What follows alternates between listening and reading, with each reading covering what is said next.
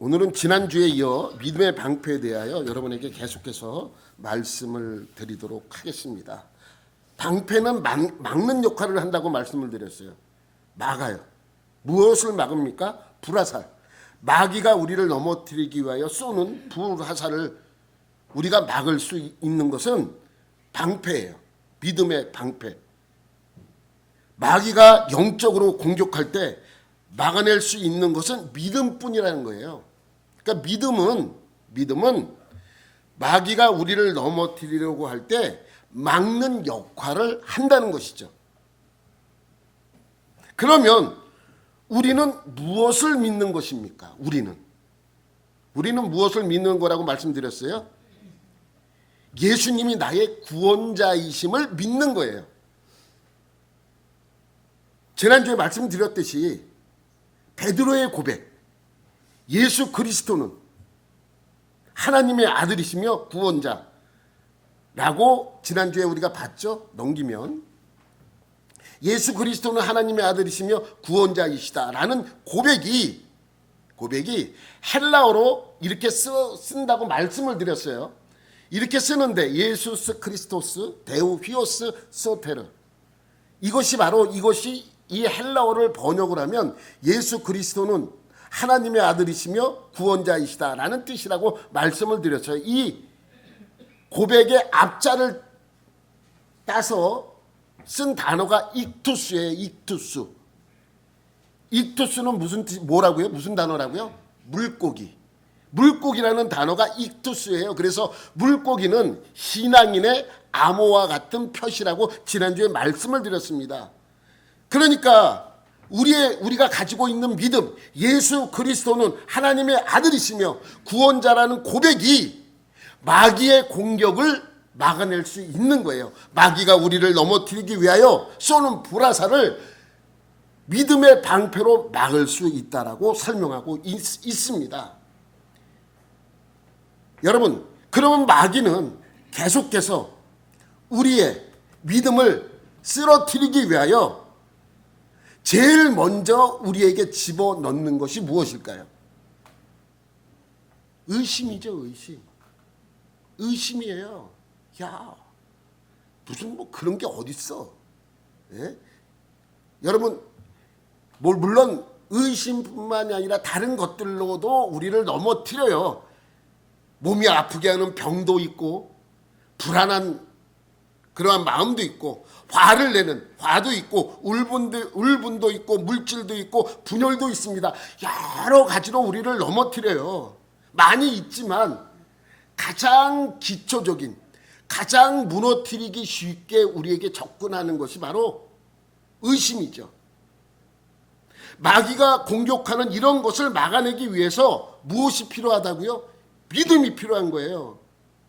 여러분, 우리가 가지고 있는 믿음, 예수님은 우리의 구원자고 하나님의 아들이시다라는 이 고백은 어떻게 해서 우리가 가질 수 있습니까? 여러분, 하나님께서 우리에게 주시는 믿음은 여러 가지 방법으로 믿음을 가질 수 있습니다. 여러분 잘 이해하셔야 돼요. 아니면 저는 이단이 돼요. 잘 이해하셔야 돼요. 우리는 여러 가지를 믿는 것이 아니에요. 여러 가지를 믿는 것이 아니고 여러 가지를 믿으면 이단이 되는 거예요. 한 가지를 믿는데 그 여러 가지 방법을 통해서 그 한 가지를 믿게 하는 것입니다. 그러니까 여러 가지를 믿는다는 것이 아니라 여러 가지 방법을 통해서 예수가 그리스도임을 믿을 수 있게 우리에게 주시는 것들이죠. 뭐 이런 거 있습니다. 이적을 통해서도 우리가 예수님이 우리의 구원자임을 고백할 수 있어요. 또 계시를 통해서 하나님이 주시는 계시를 통해서 알 수도 있습니다. 또 예언을 통해서도 알 수 있습니다.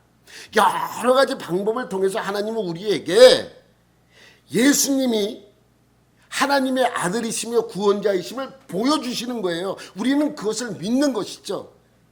나는 예수님의 존재는 믿겠는데 그분이 하나님의 아들이신 것은 그거는 좀 그렇지 않아. 어떻게 신의 아들이 인간이 될 수 있어라고 의심이 되는 순간 믿음이 사라지게 되는 것입니다. 그러니까 믿는다는, 우리가 예수님을 나의 구원자로 믿는다는 것은 한 가지 전제 조건이 따라요. 그분이 하나님이시라는 전제 조건이 따르는 거예요. 인간이 인간을 구원할 수 없습니다. 여러분, 많은 사람들이 이적을 통해서 예수를 믿는 사람들이 있습니다. 뭐 병을 고치거나 또 기도의 응답, 말도 안 되는 기도를 하나님께 했는데 그것을 하나님께서 들어주신 기도의 응답 때문에 하나님께 기도했더니 물질의 축복을 주셔서 많은 과정을 통해서 예수님이 나의 구원자이심을 믿는 것이죠. 예수님도 이 땅에 계실 때 많은 이적들을 보이셨어요. 죽은 자를 살렸잖아요. 뭐 아픈 자 고치는 것은 뭐 말할 것도 없고, 귀신 든 사람도 귀신을 쫓아준 내용들이 성경에 기록되어 있죠. 이런 기적뿐만이 아니라 휘몰아치는 파도가 잠잠해지는 이적도 있었습니다. 무화과 나무가 하루아침에 마르는 이적도 있었습니다. 오병이어와 같은 이적도 있었습니다. 여러분, 이적이 왜 중요한지 아십니까? 이적이 중요하지 않지 않습니까? 중요합니다. 이적이. 여러분, 구약의 많은 선지자들은 자신이 하나님이 보낸 선지자인 것을 증명하기 위해서 이적이나 말의 표적으로 그 증거를 보여준 것입니다. 여러분, 그래서 유대인들은 예수님에게도 무엇을 요구하는 거예요? 당신이 선지자입니까? 당신이 구원자입니까? 당신이 메시아입니까? 라는 것을 예수님이 알려주었을 때 그들이 요구하는 것은 한 가지였어요. 표적이에요. 표적. 하늘로부터 온 표적을 좀 보여달라. 당신이 선지자인 것을 증명하라. 당신이 하나님의 아들이심을 증명하라. 당신이 메시아임을 증명하라. 그러니까 표적을 보여달라는 거예요. 그래서 마태복음 16장 1절에 이런 말씀이 있습니다. 시작. 바리새인과 사두개인들이 와서 예수를 시험하여 하늘로부터 오는 표적 보이기를 청하니. 무슨 표적을 보이라는 거예요? 우리가 당신을 인정할 수 있는 표적을 보여달라는 거예요. 당신이 선지자인 표적을 보여달라는 것이고, 메시자라고 하면 메시아라는 표적을 보여달라는 거예요. 당신이 하나님의 아들이라면 하나님의 아들로서의 표적을 보여달라는 것입니다. 그래서 예수님이 무엇을 보여줬습니까? 예수님이 그들이 표적을 보여달라 그러니까 예수님께서 무엇을 보여줬습니까? 아무것도 보여주지 않으셨어요. 요구하는 그들에게는 아무것도 보여주지 않았어요. 그러면 예수님께서 이적을 못 행하시는 분이 아니잖아요. 예수님께서 엄청난 이적을 행했잖아요. 그런데 그들이 요구하는 그 요구를 들어주시지 않았다는 것입니다. 아무것도 보여주시지 않았어요. 그리고 이런 말씀만 남기고 떠났어요. 16장 4절. 악하고 음란한 세대가 표적을 구하나 요나의 표적밖에는 보여줄 표적이 없느니라 하시고 그들을 떠나 가시니라. 야, 요나밖에 내가 비유로 설명할 것이 없어 라고 더 이상 아무것도 보여주지 않고 떠나시는 거예요. 여러분, 예수님께서 이적 중에 하나, 우리가 많은 목사님들이 설교하는 그 내용 중에 하나가 오병이어의 기적입니다. 오병, 5개의 떡과 2마리의 물고기로 5,000명이 먹고 12강조리가 남긴 사건. 이 이적은 엄청난 이적이죠. 그때 경험한 사람이 몇 명이었어요? 남자만 5,000명이에요. 남자만. 대부분 계수를 할 때 여성은 계수를 안 해요. 그거 다 집어쳐서라도 그때 최소한 5,000명의 사람이 그곳에 있었습니다. 5,000명이 그것을 경험했어요. 5개의 떡과 2마리의 물고기로 그 많은 사람이 먹고도 남는 이적을 경험했어요. 그러니까 그런 이적을 경험한 사람들이 신기하잖아요. 그래서 그 다음 날도 예수님을 찾아요. 예수님을 찾아서, 예수님은 많은 사람들이 그렇게 몰려오니까 피하셨어요. 피했는데도 불구하고 예수님이 그들을 만나게 된 거예요. 그때 예수님께서 하신 말씀이 있어요. 요한복음 6장 6절 27절 말씀 이렇게 보면 쭉 해서 말씀이 되어 있죠. 예수님께서 대답하여 이르시되 내가 진실로 너희에게 이르노니 너희가 나를 찾는 것은 표적을 본 까닭이 아니요 그러니까 하나님의 아들로서의 표적, 그 표적을 보고 야, 저분이 하나님의 아들이다, 저분이 구원자다라는 표적을 본 까닭이 아니래요. 분명히 그 엄청난 이적을 경험했잖아요. 왜 찾았다고요? 떡을 먹고 배부른 까닭이래요. 네가 너희들이 먹고 배불렀구나, 오늘도 만나면 또 먹고 배부를 수 있구나 하는 그러한 것을 갖고 예수님을 찾은 거예요. 아, 저분이 하나님의 아들이시고 구원자라는 그러한 표적을 보고 따른 게 아니라는 거예요. 그러니까 27절에도 이렇게 계속 말씀하십니다. 썩을 양식을 위하여 일하지 말고 영생하도록 있는 양식을 위하여 일을 하라는 거예요. 그러니까 먹고 마시는 거에 너무 집착하지 말고 영원히 살 수 있는 방법을 알려주는 그 방법을 따라 일을 하라는 것이죠. 이 양식은 인자가 너에게 주리니, 인자가 내가 너에게 준다는 거예요. 인자는 아버지 하나님께서 인치신 자니라. 인자, 인간의 몸으로 온 나는 아버지께서 인친 자라고 고백하는 거예요. 그러니까 그들이 물어요. 그러면 우리가 어떻게 하여야 하나님의 일을 하오리까? 그러니까 영원한 양식을 먹을 수 있냐, 이 물음이에요. 그러니까 이들은 이 이야기의 뜻을 잘 몰라요. 그러니까 썩을 양식이 아니라 영생하도록 있는 양식이라 그랬으니까 한번 먹으면 영원히 배 고프지 않은 영원한 양식으로 생각할 수도 있는 거예요. 그러니까 그들의 그 하나님의 일을 어떻게 우리가 해야 됩니까? 라고 되묻게 되는 것이죠. 그랬더니 예수님께서 또 뭐라고 29절에 말씀하세요? 하나님께서 보내신 일을 믿는 것이 하나님의 일이니라. 간단합니다. 여러분, 영원한 양식, 영원히 배고프지 않는 양식, 영원히 우리에게 목숨을 주시는 그 은혜의 방법은 한 가지라는 거예요. 뭐라고요? 하나님이 보내신 일을 믿는 것이 하나님의 일이라고 이야기를 합니다. 그러니까 30절에 우리 다 같이 시작. 그들이 묻되 그러면 우리가 보고 당신을 믿도록 행하시는 표적이 무엇이니까, 하시는 일이 무엇이니까. 이 이야기는 뭐냐면 예수님께서 이렇게 말씀했잖아요. 그러니까 이들이 뭐라 그래요? 그러면 표적을 또 보여달라는 거예요. 아니, 전날 표적 보여줬잖아요. 오병이어의 이적을 보여줬잖아요. 봤잖아요. 경험했잖아요. 근데 뭐라 그래요? 표적을 또 보여달라. 여러분, 무슨 표적이 더 필요합니까? 이미 보여줬는데. 그래서 예수님께서 26절에 그렇게 말씀하시는 거예요. 너희가 표적을 본 까닭이 아니오. 떡을 먹고 배부른, 그러니까 이들은 그 표적을 표적으로 보지 않고 배가 부른 그것만 생각하고 먹을 것이 없나 찾은 거예요.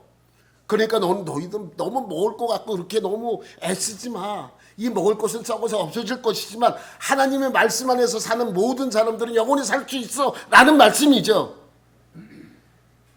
그런데 이들은 그 말씀을 깨닫지 못하고 그럼 또 표적을 보여달라는 거예요. 여러분, 교회에 나오는 많은 사람들이 똑같아요. 하나님의 이적을 경험하고도 맨날 나와서 하나님께 요구하는 게 뭐예요? 표적을 보여달라는. 주님, 오늘도 나에게 이러한 은혜를 달라고, 내게 이러한 것을 달라고, 계속 달라고만 하는 요구. 이 요구는 이들과 다를 게 하나도 없다는 것입니다. 그럼 예수님께서 무슨 표적을 또 보여주셨을까요? 아무것도 보여주지 않아요. 표적을 요구하는 자에게는 표적을 보여주지 않고 보고 믿는 자만 구원을 얻을 수 있게 예수님께서 우리에게 보여주시는 것입니다. 여러분, 우리의 주변에서는 하나님께서 예수님이 우리의 구원자이심을 이적을 통해서 보여준 그러한 경험들을 한 사람들이 많이 있습니다. 그래서 여러분 주변에 예수 믿어서 병 고침을 받았다는 그러한 이야기는 간증을 통해서 또 이야기를 통해서 많이 들었을 것입니다. 여러분, 또 어떤 사람은 음성을 들려주시기도 하고 어떤 사람은 기도의 응답을 받고 어떠한 특이한 기도를 했는데 응답을 받고 그것을 믿는 그러한 사람도 있습니다. 주변에 많이 있어요. 제가 아는 예전에 저를 가르쳤던 선생님이 계세요. 그 당시에 노처녀 선생님이셨는데 지금은 사모님 되셨어요. 사모님 되셨는데 그분의 어머님이 권사님이 한 분 계세요. 권사님이 아버님 돌아가셨다는 소식을 들었는데 어머니 그동안 한 10년 전에 제가 뵀을 때는 계시다고 아직도 말씀하시니까 어머니는 살아 계셨어요. 그러니까 거의 아마 100살 거의 다 되지 않으셨나. 그동안 연락 안 해서 잘 모르겠는데 지금까지 살아 계시면 거의 100살 되셨을 거예요. 여러분 그 어머니가 어느 날 몸이 되게 안 좋으셨대요. 막 몸이 처지고 아프고 그래서 병원을 갔대요. 피 검사를 했더니 백혈병 진단을 받으신 거예요. 그러면서 병원에서 6개월 오래 살면 1년을 넘어가진 않을 거라고 이렇게 사형 선고를 받으신 거예요. 아무 약이 없어. 지금은 좋은 약이 있어서 뭐 어떻게 해서든지 뭐 그렇게 약을 먹고도 회복하는 경우도 있지만 그 당시에는 백혈병 그러면 이제 끝난 인생이잖아요.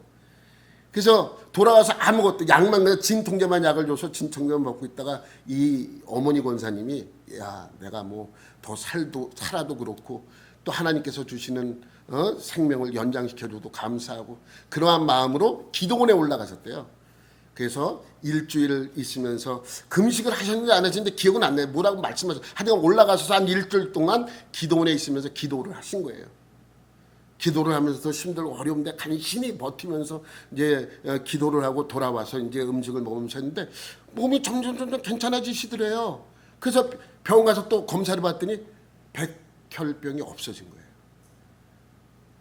없어진 것뿐만 아니라 10년 전에 만났을 때도 그때 또 살아계시다고 말씀을 하셨었어요. 제가 고등학교 때 제 선생님이니까 제가 집도 자주 놀러 가고 그랬었는데 그러니까 여러분 그러한 은혜를 통해서 하나님의 놀라우신 은혜를 경험하고 예수 그리스도가 우리의 구원자인 것을 우리는 고백을 합니다. 여러분 우리의 신앙은 병을 고치는 것이 목적이 아니에요. 하나님께서 내게 백혈병을 낫게 해주셨어요.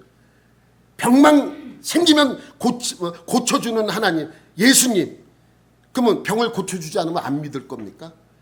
여러분 그러한 이적은 예수님을 증명하는 표적이지 우리가 추구해야 될 믿음의 목적이 아닙니다. 많은 사람들이 그래요. 교회 나오는 목적이 복받기 위해서래요. 그러면 하나님께서 좀 복을 좀 덜 주시면 또 복을 안 주시면 떠날 겁니까? 교회를 떠날 거예요. 똑같은 것입니다. 왜 우리에게 그러한 이적을 보여주시는가? 예수님이 하나님의 아들이시며 우리의 구원자라는 것을 알게 하기 위해서 그러한 이적을 통해서 우리에게 보여주시는 것이죠. 여러분 우리는 예수를 믿으면서 크고 작은 많은 이적을 경험합니다. 물론 병 고치는 은혜도 받는 분들도 있고 하나님의 음성을 듣는 분들도 있고 기도의 응답을 받아서 기적 같은 이적을 경험하는 분들도 있습니다. 왜 하나님께서 이런 이적을 나에게 보여주시는가? 예수님이 나의 구원자이심을 알게 하기 위해서입니다. 목적은 그겁니다. 그렇지만 우리는 이적을 위하여 예수님을 믿는 것이 아니라 우리의 구원을 위하여 우리의 믿음을 위해서 예수님이 나의 구원자라고 믿는 것이 아니라 그냥 복받기 위해서 믿는다.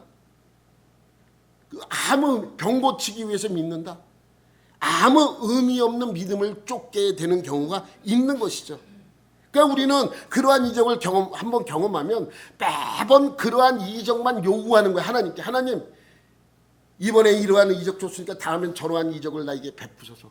오병이어의 이적을 경험한 사람이 다음에 예수님을 만나서 요구한 표적과 똑같은 표적이죠. 두 번째는 계시를 통해서도 예수님께서는 하나님의 아들이심을 우리에게 보여주십니다. 이적을 통해서도 보여주시지만 계시를 통해서도 보여주십니다. 그럼 계시는 무엇입니까? 계시는 뭐예요? 여러분 계시 받았어요? 계시는 하나님의 말씀, 성경에 있는 하나님의 말씀이죠. 근데 우리는 자꾸만 하나님의 계시를 다른 곳에서 찾아요. 저 기도원 가니까 직통 계시 받는 분이 계시더라. 여러분 하나님의 계시를 다른 곳에서 찾으면 안 됩니다. 성경에서 찾아야 됩니다. 오늘 나에게 주시는 하나님의 계시는 무엇입니까? 에베소서 6장이에요. 여러분, 하나님의 계시를 자꾸만 다른 곳에서 찾으면 안 됩니다. 성경에서 찾으시면 됩니다. 직통 계시 없습니다. 여러분, 요즘은 좀 덜하지만 예전에 우리나라가 한참 부흥이 일어날 때 직통 계시를 이야기하는 부흥사 목사님들이 많이 계셨었습니다. 부흥의 전단지를 보면 뭐라고 적혀 있어요? 이 시대의 진정한 선지자. 여러분, 지금은 선지자 없습니다. 여러분, 신약 성경에 복음을 증거하는 사람들에게 선지자라고 이야기한 그러한 내용이 어디 있습니까? 없습니다. 지금 시대에는 선지자 없습니다. 직통 계시 없습니다. 그럼 여러분 이렇게 생각할 거예요. 왜 없어? 예전에도 있으면 지금도 있어야지. 여러분, 왜 지금은 직통 계시, 그러한 계시가 없는가? 이유는 간단합니다. 성경만으로 충분하기 때문이에요. 성경 말씀을 성경이 아닌 다른 곳에서 또 기도원이나 부흥회를 찾아가서 하나님의 말씀을 찾으려고 하지 마세요. 하나님의 말씀이 이 안에 다 담겨져 있습니다. 성경만으로 충분하기 때문에 지금은 계시가 없는 거예요. 근데 자꾸만 계시를, 직통 계시를 좋아해요. 직통 계시가 뭐가 달라요? 그러면 직통 계시는 우리에게 무엇을 주는 것입니까? 여러분, 성경만으로 충분하기 때문에 지금 시대에는 하나님의 계시를 별도로 또 다르게 우리에게 주시지 않습니다. 이미 다 있는데 뭘 그것을 주십니까? 우리에게 주는 것은 한 가지가 있어요. 성령님입니다. 이 말씀을 이해하고 이 말씀을 믿도록 해주는 우리 안에 계신 성령님은 우리에게 주시죠. 왜? 이 말씀을 읽고 믿을 수 있게 만들어 주는 것이죠. 그래서 성령 받으라고 예수님께서 말씀하고 있지 계시를 받으라고 말씀하신 적이 없어요. 너희는 이곳을 떠나지 말고 내가 네게 약속한 것을 기다리라고 말씀하셨지, 하나님의 계시를 기다려 그 계시를 받고 그 계시대로 행하라고 말씀하지 않아요. 성령을 받으면 뭐예요? 성령님이 내가 너희에게 한 이야기들을 생각나게 하신다라고 말씀하고 있기 때문입니다. 그러니까 성령 받기 전까지는 아무것도 하지 말래요. 계시 받기 전까지는 아무것도 하지 말라고 말씀하지 않아요. 성령 없이는 성경을 아무리 많이 읽어도 믿어지지가 않는 거예요.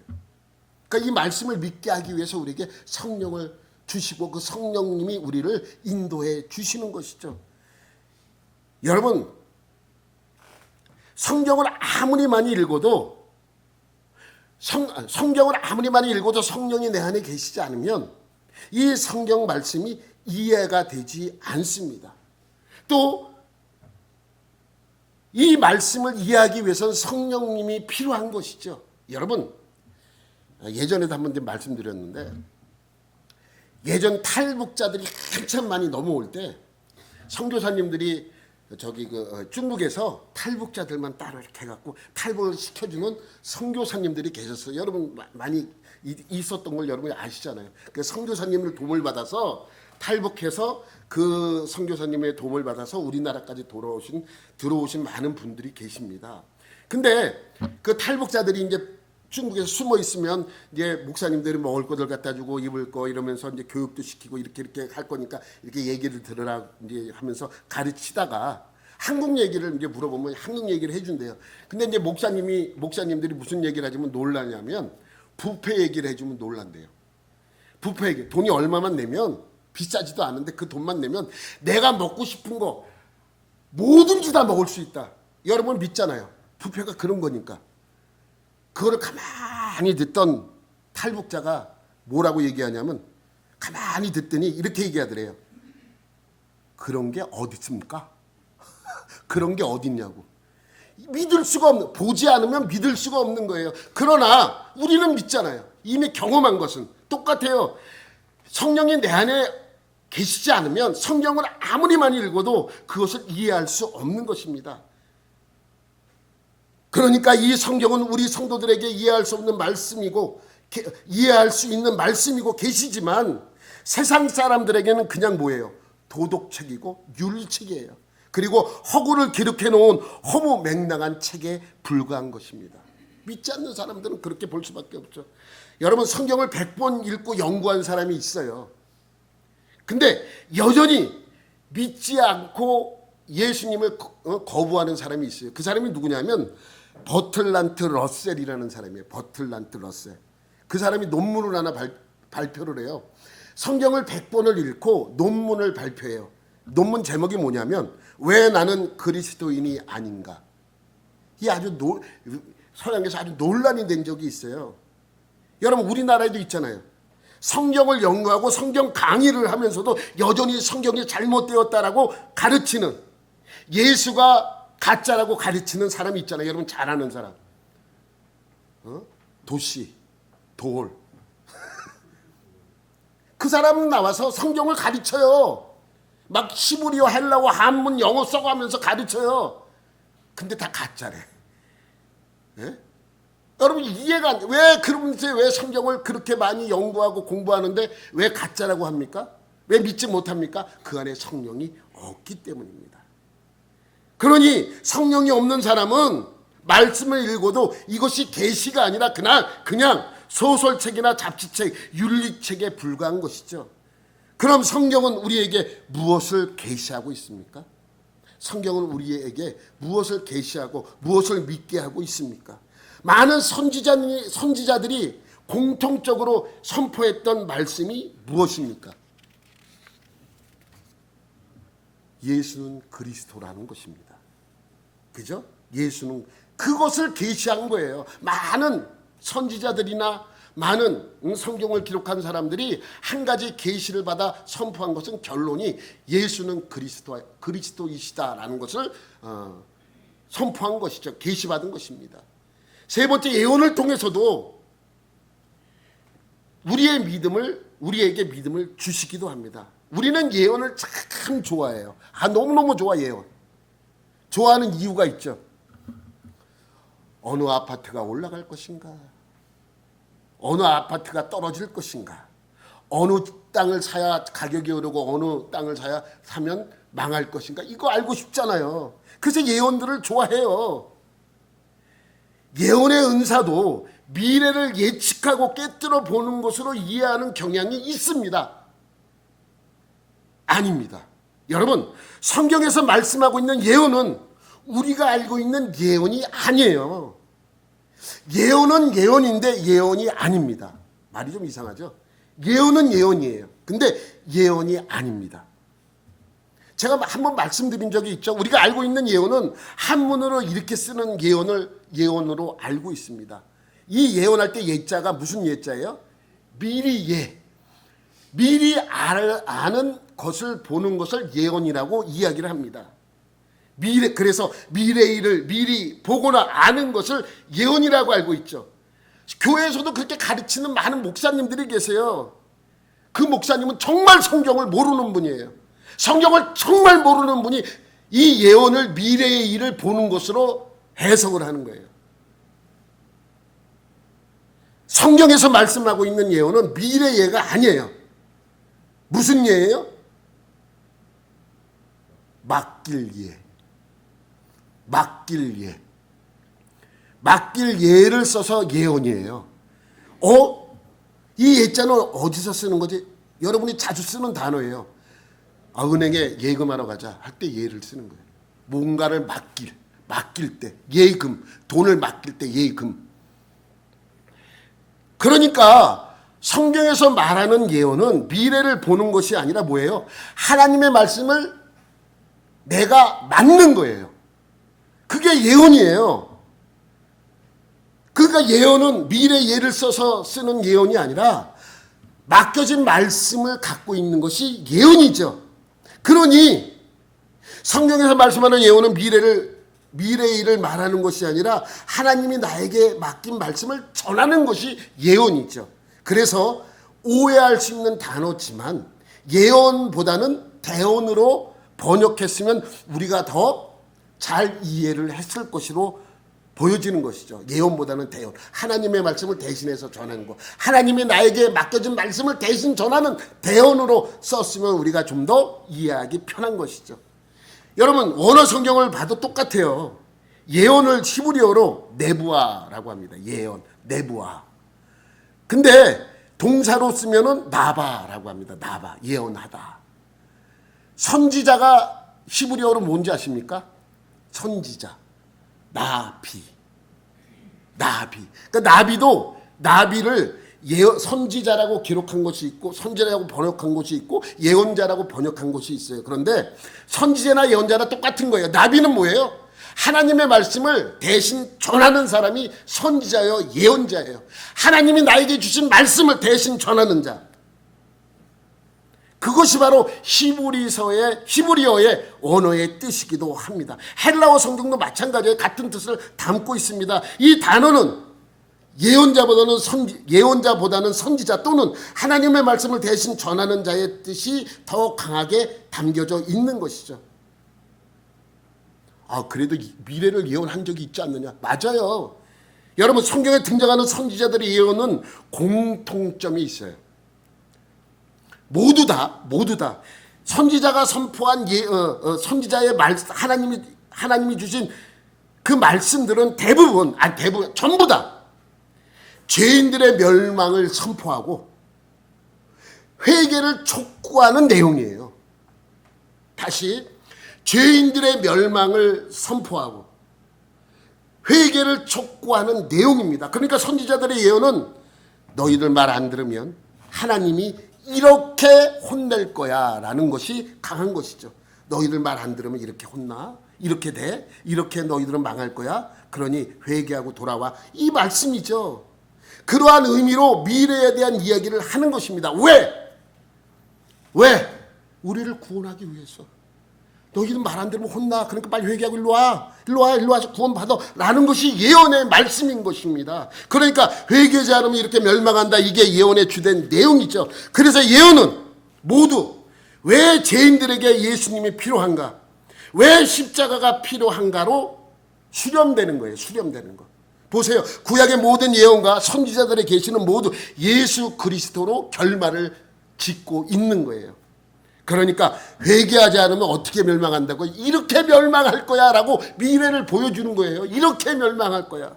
이게 예언의 주된 내용이죠. 그래서 어떻게 하라고요? 인간 스스로 안 된다고요. 너희는 안 돼. 너희 스스로 뭔가를 해보려고 한다고 안 돼.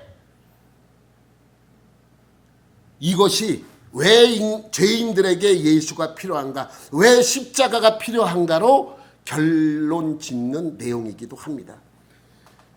그러니까 여러분 이런 얘기 많이 들어보셨을 거예요. 신구약 성경을 한마디로 요약하면 뭐라고요?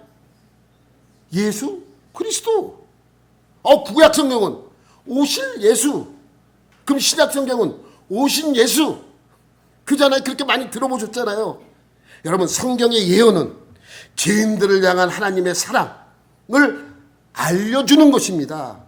구원이라는 울타리밖에 예언은 없습니다. 내가 너를 축복하기 위해서 내가 이런 미래를 너에게 선사할 거야. 개인의 기륭, 화복에 대한 예언은 하나도 없어요. 이러한 성경의 예언과 비교해서 오늘날 어떤 사람들이 받고 있다는 인간의 기륭, 화복이나 점쳐주는 그러한 가짜 예언은 오히려 믿음과 전혀 상반되는 믿음의 방패를 부숴버리는 역할을 하는 것입니다.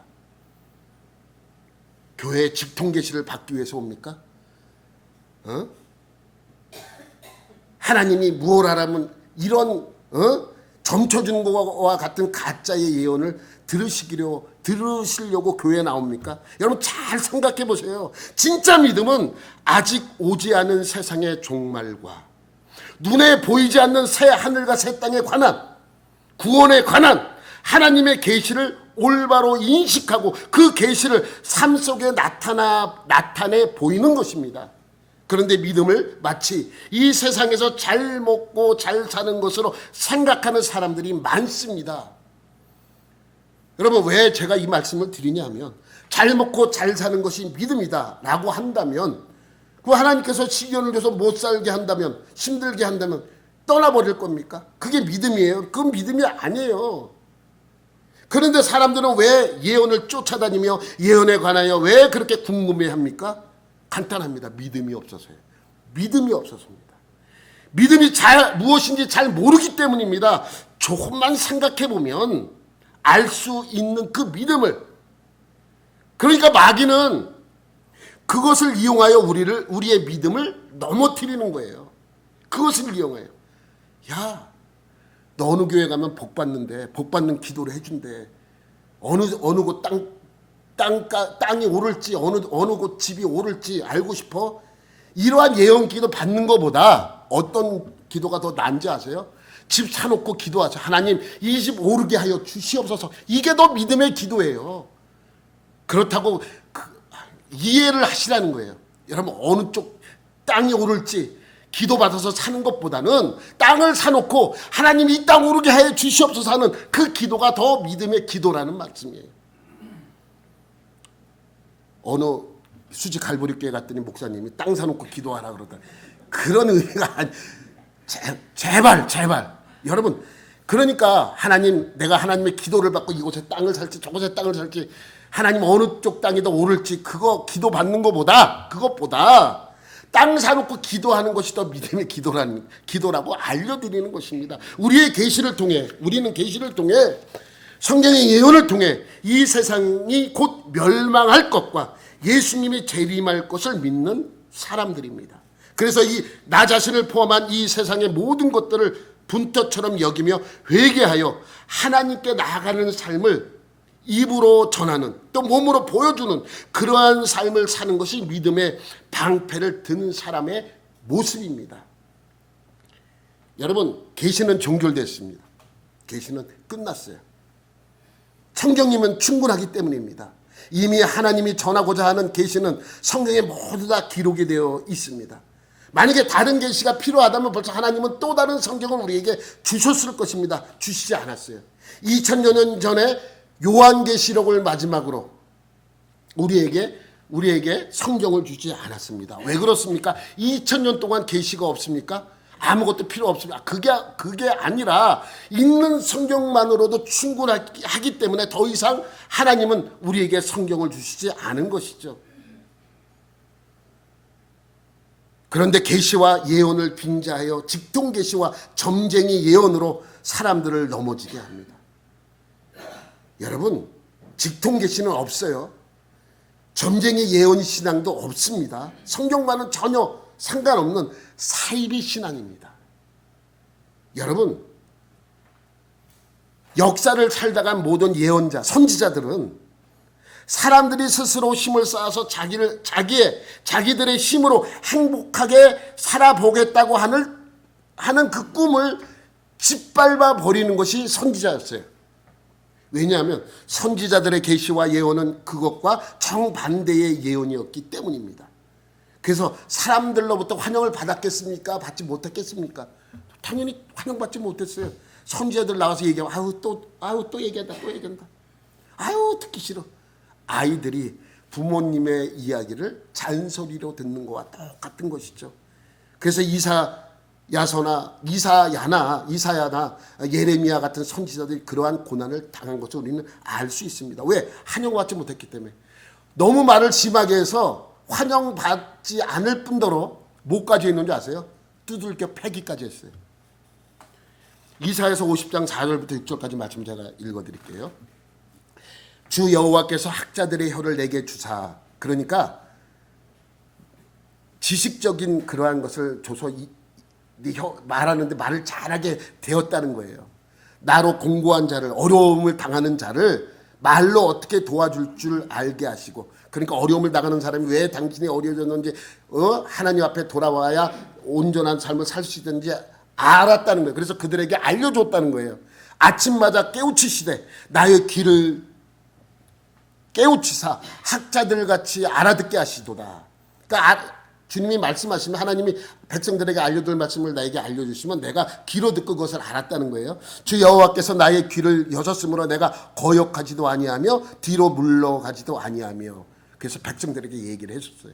했더니 나를 때리는 자들에게 내 등을 맡기며 나의 시험을 뽑는 자들에게 나의 뺨을 맡기며 모욕과 침뱉음을 당하여도 내 얼굴을 가리지 아니하였느니라. 하나님이 이사에게 그러한 능력을 주셨어요. 그래서 백성들에게 그것을 선포했어요. 백성들은 그걸 듣고 아멘, 아멘 하지 않고 이사야에게 와서 뺨을 때리고 등을 때리고 수염을 뽑고 침을 뱉고 모욕을 줬다는 거예요. 그렇지만 난 그것을 뭐 했다는 거예요? 다 감수했다는 것입니다. 그러한 삶을 살았다는 거예요. 여러분 예레미야 선지자도 똑같아요. 그 이와 비슷한 말씀이 똑같이 기록되어 있습니다. 요즘 이렇게 했다가는 우리 교회에 한 명이나 두 명 남아있을 모르겠어요. 문 닫아야 될지도 모르죠. 요즘은 이렇게 했다가는 큰일 나. 근데 이사야 선지자는 그럼으로써 백성들에게 그러한 핍박을 당했지만 하나님의 말씀을 여전히 증거했다라고 말씀하고 있죠. 그러니까 예언을 받아서 그 예언을 세상에 내어놓는 자들은 항상 세상 사람들에게 멸망과 심판을 선포하고 결론은 뭐다? 하나님에게로 돌아와라. 하나님에게로 돌아와라. 라는 메시지입니다. 그러다가 돌에 맞고 모욕을 당하고 치욕스러운 일을 당하게 되는 것입니다. 오늘의 예언자라고 하는 사람들이 이렇게 당하는 사람들 봤습니까? 내가 선지자다. 스타처럼 나타나서 스타처럼 행동하는 그러한 목사님들은 많죠. 여러분 성경에 있는 것만 진짜입니다. 성령에 있는 말씀, 성령의 힘입는 말씀으로 믿음의 방패 삼는 사람만이 진짜죠. 그런데 그런 사람들이 고통당하고 어려움을 당하면 배척하게 되어 있는 것이죠. 여러분 예수님을 위하여 하나님을 위하여 핍박당하는 사람이야말로 하나님이 인정하고 그를 귀하게 쓰는 사람이라는 걸 여러분 알아야 됩니다. 여러분 이사야서 20장 1절부터 6절까지 보면 이런 말씀이 있습니다. 아수르의 살곤 왕이, 이 살곤 왕은 아수르의 왕이에요. 이 아수르의 왕은 누구 다음으로 취임한 왕이었냐면 여러분 살만에셀이라고 있었어요. 이 바로 전 왕이 살만에셀이에요. 살만에셀이 북이스라엘을 쳐서 멸망을 했어요. 그러다가 죽어요. 북이스라엘을 치다 죽어. 그래서 이 살곤 왕이 살만에셀 왕 다음으로 등극한 왕이에요. 그 왕이 북이스라엘을 멸망시키고 남유다를 치러 왔는데 남유다를 치러 보니까 예루살렘 성이 너무 단단한 거예요. 그래서 어딜 쳐요? 아스돗을 치는 거예요. 아스돗은 어디입니까? 블레셋. 아스돗으로 보내매 그가 와서 아스돗을 쳐서 취하던 해니라. 그러니까 이게 북이스라엘을 멸망하고 남유다를 멸망하려고 공격하던 그 사이의 시기겠죠. 한 710년경이에요. BC 710년경. 그때 여호와께서 아모스의 아들 이사야에게 말씀하여 이르시되, 그때 하나님께서 이사야에게 이렇게 하라고 하나를 일을 시킵니다. 그게 뭐냐면 네 허리에서 배를 끄르고 내 발에서 신을 벗을지니라 하시매 그가 그대로 하여 벗은 몸과 벗은 발로 다니니라. 어떻게 다녔다고요? 벗은 몸과 벗은 발이에요. 홀딱 벗고 다닌 거예요. 홀딱 벗고. 여러분 믿어지지 않죠? 홀딱 벗고 다닌 거예요. 그래도 팬티는 입자. 여러분 이때 팬티가 어디서요? 홀딱 벗고 다닌 거예요. 그냥 다닌 거예요. 3절 여호와께서 이르시되 나의 종 이사야가 3년 동안 벗은 몸과 벗은 발로 다니며 3년 동안 그것도 하루 한 것이 아니라 3년 동안 그 일을 행한 거예요.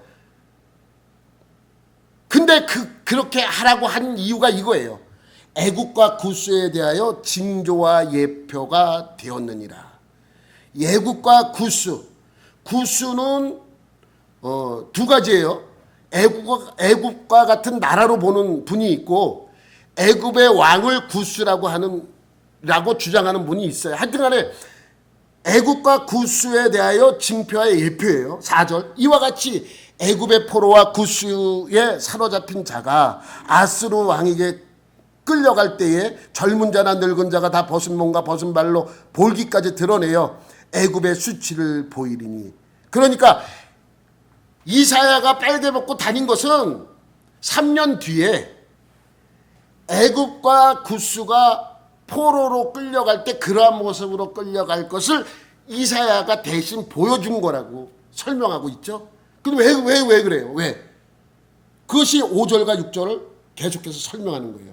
그들이 바라던 구스와 자랑하던 애굽으로 말미암아 그들이 놀라고 부끄러워할 것이라. 그러니까 남유다 백성들이 뭘 지금 생각하고 있었냐면, 야 아수르가 공격하면 우리를 구원해 줄 것은 하나님이라고 생각하지 않는 거예요. 우리를 구원해 줄 자는 누구예요? 애굽, 구스. 애굽과 구스가 우리를 구출해 준다라고 구원해 준다라고 이들은 그냥 그렇게 생각한 거예요.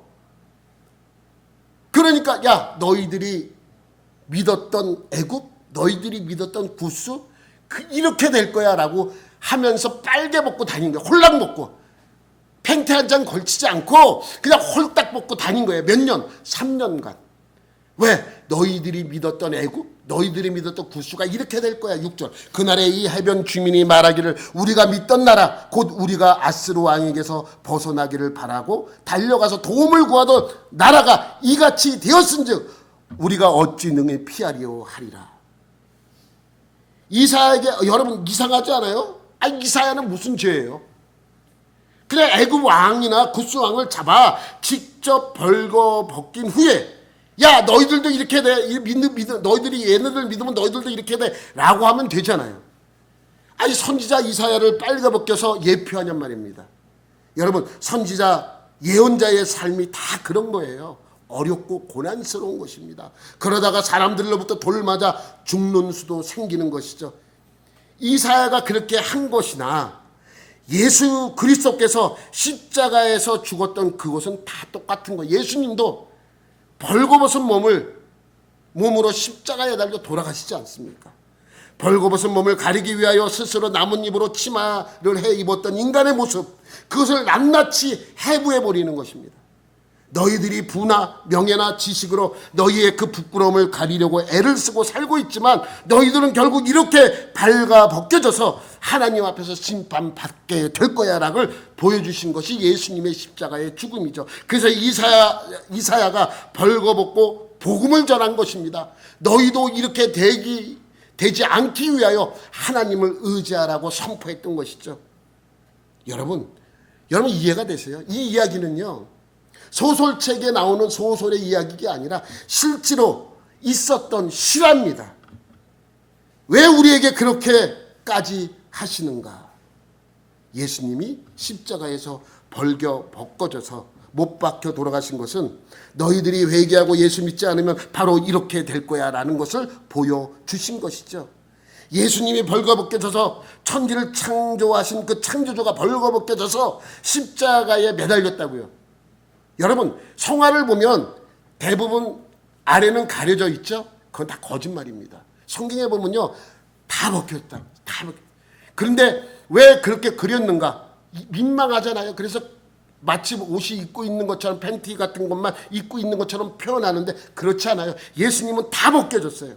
아무것도 입지 못하셨습니다. 예수님은 발가벗겨져서 에덴 동산에서 타락한 아담과 하와가 되셔서 죽으신 것입니다. 그 삶이 우리에게 그대로 요구하고 있는 삶이 되고 있는 것이죠.